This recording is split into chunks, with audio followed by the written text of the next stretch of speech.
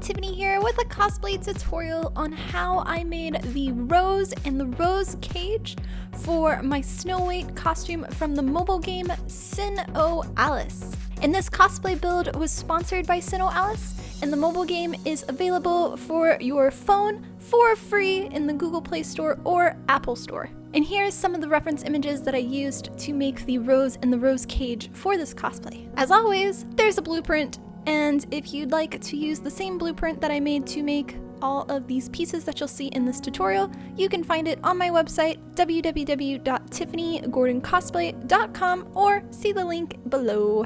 I first started off by cutting each of the large rose and small rose pieces from my blueprint, and then traced each of the rose petals 3 times for each size onto 2mm EVA foam, and cut each piece with an X-Acto knife. And when all of the rose petals were cut out, I then went with a heat gun and heat treated each one. Next, the slit at the bottom of each rose petal, I applied contact cement glue to the bottom part of one side of the petal and then to the other side of the petal and let dry. And when they were dry, I attached the 2 pieces together. This will make a little bit of a cone shape for each of the petals. And here's what all of the pieces look like after they're done for just the small rose. Next, I applied contact cement glue again to the inside bottom part of the rose as well as the bottom side of the rose. And when all the pieces were dry, I then started to assemble them, starting with the largest size at the bottom, working around in thirds, and then slowly attached each 3 rose petals in thirds until I was at the very smallest size ones as my last ones. And here's what all of the pieces look like once they are attached together. I did do, for the very center one, applied a little bit contact cement glue to have the 2 ends close to make a little bit closed bud. To form the rose to make it look a little bit more organic, I then used my heat gun to heat the whole piece up and slowly shape all of the rose petals so they were a little bit more organic and flowy, and then squeezed some of the pieces so they were more flat and looked more like actual rose petals. And here is what the large and the small rose looks like after this process is done. And for this costume, it required me to make a bustle for the roses to sit on top of. And for making this piece, I started off with 3-inch thick upholstery foam, which I carved into a crescent-like shape, as well as adding 2 separate pieces to go around my sides to make my hips a tiny bit wider.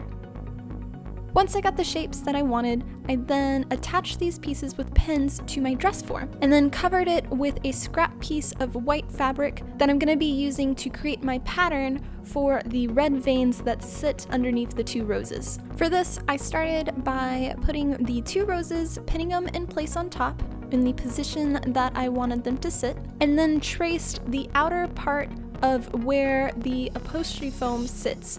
This is going to be where I'm going to create the cage part for the roses. And then I just slowly started making a freeform pattern for all of the rose veins using a Sharpie.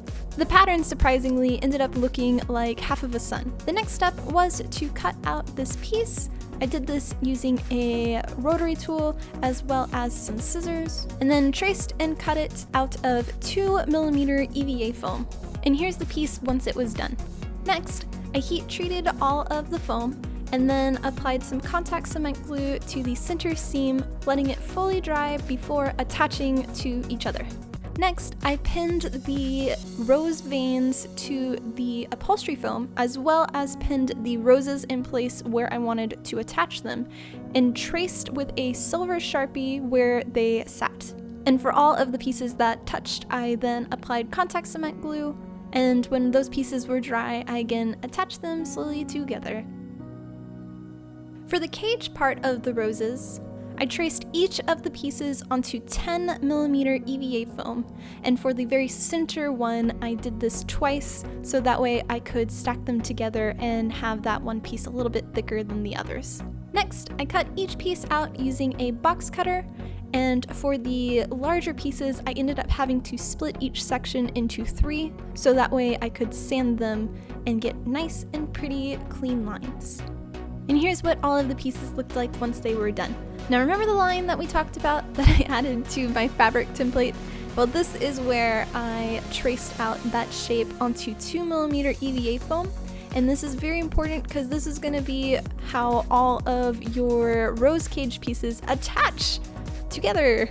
And to do this, I traced where each of the pieces were going to sit onto this little trim and applied contact cement glue to both pieces, letting them dry, and then slowly attached each piece one by one with a little help of 2-pound weight bags to hold them in place. The next step, now that all of our foam pieces are done, was to apply 3 heavy coats of Plasti-Dip to the rose veins, and of course to the rose cage part. Now onward to painting. I started off with a base coat of black Testors airbrush paint onto all of the rose cage parts, and then applied a light coat of Testors silver airbrush paint, and then a little bit more of a heavy coat on the highest parts of the foam to make it have a little bit more of a shine. Side note, the chain in the background is actually a hardware chain that I bought from Lowe's. It was originally black, but for this costume I needed it to be silver, so I did a light dust of the silver airbrush paint as well onto all of the chain links. For painting the roses, I also started off with a base coat of black Testors airbrush paint, and then went in with a mix of red and mocha color onto everything. And for all of the highlighted areas, I went in first with straight red, followed by a white and red mix to give a little bit more depth to the roses. And the last color I added was a bit of black in all of the shadowing areas. And once all of the paint was fully dry, I then sealed both the rose and the rose cage parts with satin clear enamel spray paint. Now, to attach the pieces together, I first pinned the rose to the upholstery foam part, as well as the rose cage I pinned to where I wanted it to sit on the rose veins, and traced where all of the pieces were going to touch using a pencil. And once again, I applied contact cement glue to the bottom part of the cage, as well as to where all of it was going to touch on the rose veins. Let both pieces fully dry, and then attach them together. I next attached all of the small little chain pieces together that we made out of 2mm foam, and then slowly threaded my chain through all of the foam parts, going in and out until I was happy with how it looked. And that is how I made the rose and the rose cage for my Snow White costume from the mobile game Sin O Alice. I hope you found this tutorial helpful for you making your own Snow White costume, or maybe you're making something else with roses and this will help.